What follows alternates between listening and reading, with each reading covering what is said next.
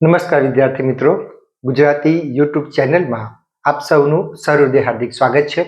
વિદ્યાર્થી મિત્રો, આજે આપણે એવા કેટલાક શબ્દોની ચર્ચા કરવાના છીએ જે આમ તો મોટે ભાગે તમે જ્યારે કોઈ પણ કાર્યક્રમનું એનાઉન્સમેન્ટ કરતા હો છો ત્યારે એક સરખી રીતે બોલાય છે, પણ આજે આપણે એના ચોક્કસ અર્થની ચર્ચા કરવાના છે કે કયા સંજોગોમાં કયા કાર્યક્રમમાં કેવો શબ્દ પ્રયોજવામાં આવે તેની આજે આપણે ચર્ચા કરીશું.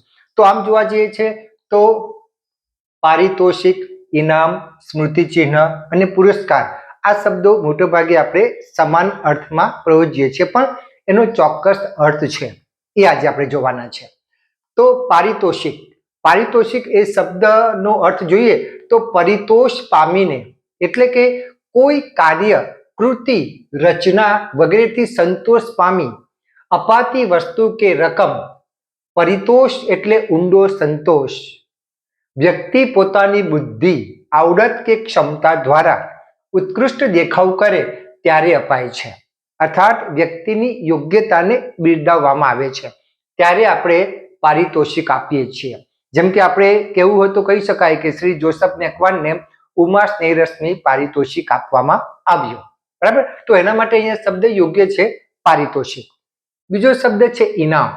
ઇનામ વિદ્યાર્થી મિત્રો ક્યારે પ્રયોજવામાં આવે છે તે જોઈએ. તો હરીફાઈમાં પ્રથમ, દ્વિતીય કે તૃતીય ક્રમને કારણે નિયમ મુજબ અપાતી વસ્તુ કે રકમ એને આપણે ઇનામ કહીએ છીએ.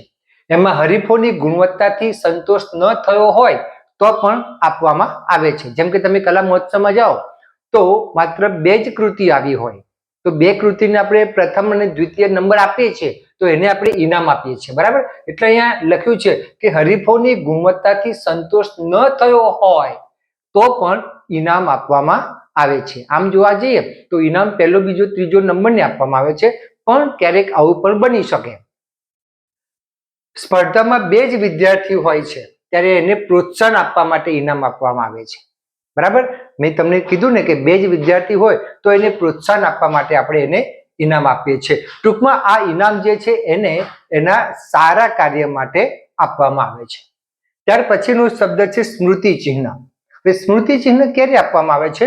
તો કોઈ પ્રસંગ કે મુલાકાતની કાયમી યાદગીરી રૂપે આપણે સ્મૃતિ ચિહ્ન આપીએ છીએ. આપણે ત્યાં કોઈ મહેમાન આવ્યું હોય, કોઈ ગેસ્ટ આવ્યું હોય તો આપણે એની સાથે યાદના સ્વરૂપમાં સ્મૃતિ ચિહ્ન આપીએ છીએ. કોઈ વ્યક્તિ સંસ્થાનો લોગો આપી શકે, કોઈ વ્યક્તિ સંસ્થાનું નાનું સ્ટેચ્યુ બનાવ્યું હોય એ પણ આપી શકે.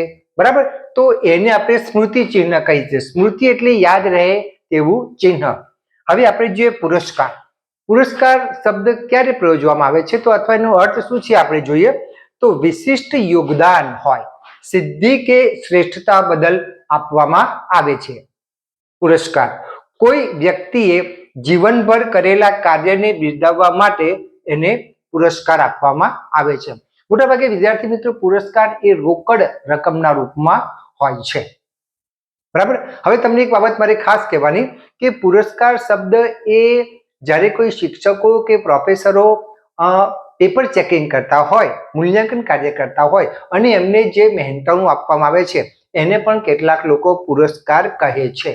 આ તમારી જાણ માટે. બરાબર, જ્યારે કોઈ મૂલ્યાંકનકાર ને જે રોકડ રકમ આપવામાં આવે છે એને પણ કેટલાક લોકો પુરસ્કાર કહે છે. આ તમારી જાણ માટે. તો વિદ્યાર્થી મિત્રો, તમે જ્યારે કોઈ પણ કાર્યક્રમની અંદર એનાઉન્સમેન્ટ કરતા હો ત્યારે એનો ચોક્કસ અર્થ પ્રમાણે જો તમે આ શબ્દ પ્રયોગ કરો તો એ શબ્દ સાર્થક થાય છે. તો વિદ્યાર્થી મિત્રો, આમ જોવા જઈએ તો આપણને સરખા લાગતા શબ્દોની અંદર પણ ચોક્કસ ભેદ રહેલો છે. પારિતોષિક, ઇનામ, સ્મૃતિચિહ્ન અને પુરસ્કાર.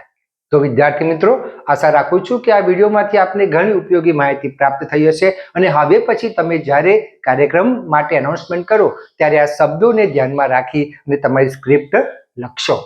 તો વિદ્યાર્થી મિત્રો, અહીંયા મારો વિડીયો પૂર્ણ કરું છું. ફરી વખત નવા ટોપિક સાથે મળીશું. ત્યાં સુધી આપની રજા લઈએ. આવજો બાળ મિત્રો, આવજો દોસ્તો, આવજો વિદ્યાર્થી મિત્રો.